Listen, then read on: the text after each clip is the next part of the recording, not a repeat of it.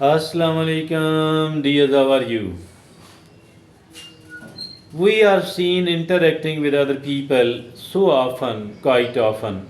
So, my dear friends and fellows, sometimes it's not something quite ordinary, rather, it is something very important.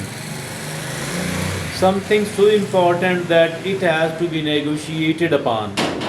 It is not going to be given to us, resting on a plate. Rather, we have to do something. We have to negotiate, and rather, we have to negotiate in a successful way. So that then only we will be able to get what we need. We will be able to get what we want. So it is really that much important. Negotiations, I think that is as important as any other skill. Rather, while we are interacting with other people, maybe nothing is more important than learning to negotiate with other person. So let's try to understand it, because understanding it is really important, and there are certain things which we need to understand, which we need to learn prior to the negotiation and not before the beginning of the negotiation. So these are four important things. First one is define your goals and limit. That is a kind of homework which we have to do prior to entering, prior to sitting on the negotiation table of negotiation. So that is define your goals and limit.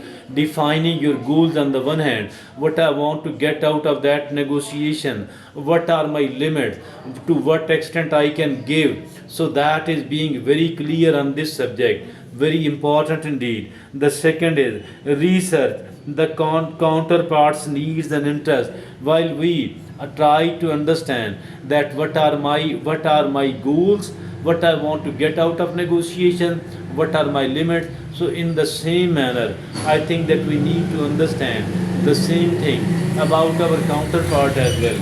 What are their needs and what are their interests.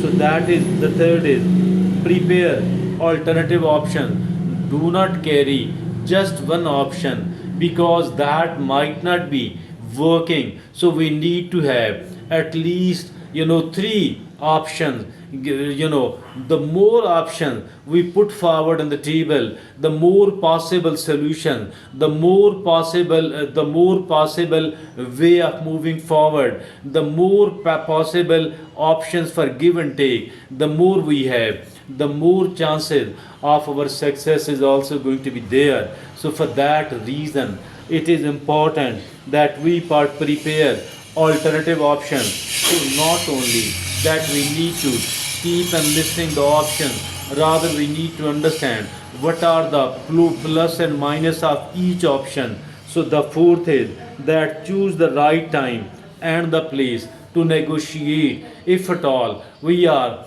asking for the negotiation prior to the right time, timing is very important. So here the fourth thing which needs to be done prior to the negotiation, prior to the start of the negotiation, it is choosing the right time to negotiate and choosing the right place to negotiate as well. So these are the four items which we need to do prior to the negotiation. Then before then there are certain things which we need to do, which we need to keep in the mind during the negotiations time, and these things are five in number. First of all, build rapport and establish trust.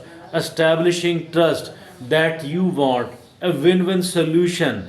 If at all there is lack of trust, if at all there is a no rapport, poor rapport, I think it is going to be difficult to get their cooperation. So for that reason, it is mean the what we say, the way we say it, as far the way we are interacting with people, the what we are saying out of that negotiation table.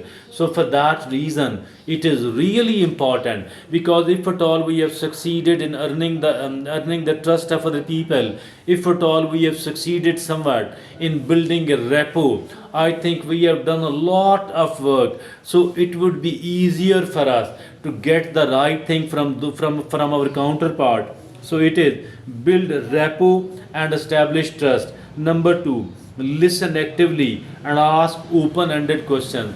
Listening actively on the one hand, be a very active listener, not just your ears but our eyes, and we need to be more inclined toward those people. So that is active listening and asking open-ended question, not the closed-ended question, not the question which are going to be answered in yes or no. Rather, we need to ask the open-ended question. Let them speak, and we will listen. We will try to understand. So it is ask open-ended question and listen actively. The third is focus on interest, not position. Focus on interest, not that this is my final position, this is the bottom line, this is my bunker. I no, that is absolutely wrong. Focus on the interest. Focus on the interest. Then later on, obviously, focus on the interest, not position. And the fourth is use objective criteria like data, like expert opinion. Excuse me. Use objective criteria. Using objective criteria, this is the standard. Reasonable, everybody will say that this is something reasonable. So that is establishing a criteria, a standard. Use objective criteria, data, expert opinion, because these can be used in our favor as an argument, provided our position, our interest, our goals are according to that. So it will, having a data like this one, it will be of tremendous help. Using objective criteria will be of tremendous help.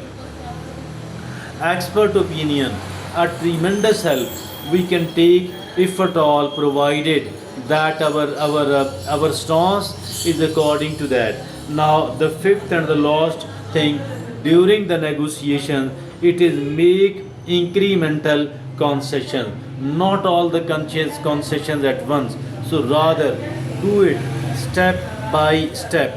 Try to give them one option which is most suitable for you, and once they are not willing to accept, they want more from you, present another option which should be slightly better, which for them, and which should be incremental. So in the same manner, we need to have, if at all we are having the five options, I think that is really great. And here we don't have to offer all what is to be offered, what is to be given at once. Rather, make incremental concessions. And then it is the dear friends and fellows, these are the five things to be taken care of during the negotiation. Now there are certain other things which should be used, which needs to be used as the strategies. So these are four in number. First of all, it is the first strategy is called anchoring. What is this, by the way? Start with a strong opening offer. They might not accept it, but they should feel tempted to it. So that is anchoring. Start with a strong opening offer. The second is mirroring. What is this mirroring technique strategy? It is respect counterparts, it is reflect counterparts language and tone. Reflection of the language, of the tone of our counterpart. Now the third strategy, it is labeling. Labeling means address concerns directly. They do have certain reservation, they will be having certain concern, we need to address it. Now the fourth and the last strategy, it is framing. What is framing? Present option in positive terms, presenting every option in a sensible, respectful, reasonable, presentable manner. So that is present option in positive terms. Now after these four strategies, there are certain tactics to be employed, and these are four here. Avoid making concessions too quickly, rather go for the incremental concessions. Now the second is use time to your advantage, like pause, like delay, means certain pausing, delaying, like the negotiations are carrying on, but during that you feel that I need to have a break of 2 days, 3 days, maybe a 1 week. So that is a kind of pause which we can use for our advantage if it is reasonable, if it is going to be beneficial. So that is use time to your advantage, like pause, like delay. Now the third tactic, it is look for creative solutions, looking for the out of box solutions. Talk to the onlookers, talk to certain other people, because they don't have any sort of interest in that particular negotiation, in that particular deal which might occur. So my dear friends and fellows, I think that we look for the out of box, we need to look for the creative solutions, and other people can help us. It is better to talk to the people. They might it their perspective would be, I think, could be interesting and beneficial for us. Now the fourth and the last tactic is use humor to diffuse tension. Humor is something really, really great, and if at all any sort of tension has built up, I think the right thing is to use humor for the diffusing of the tension. Now there are certain closing points to be remembered, and these closing points are four in number. First of all, summarize agreements. Summarizing agreements. There are certain agreements we need to summarize it, and then it is the clarified terms and conditions, clarifying the terms and the conditions. Now the third is ensure mutual understanding. The fourth is confirming the next steps, confirming the next steps. So these are the four closing points: summarizing agreements on the one hand, clarifying terms and conditions on the other hand, ensuring mutual understanding then, and of course lastly confirm the next steps. Now there are certain points which can be which should be taken as the key mindset. It is about our temperament, it is about our mindset, and the mindset matters indeed. So there are 4 points to be remembered as for the key mindsets are concerned. The first one is collaboration over competition. By every gesture of our, we need to give this message to our counterpart that I'm not trying to compete, I'm not trying to defeat you, rather it is a kind of collaboration which I'm trying to offer. The second is that flexibility over the rigidity. Don't be rigid at all, otherwise you will not be able to solve your problem, you will not be able to get a win-win situation, you will not be able to get the other person cooperate you. The third is patience over urgency. Patience over urgency.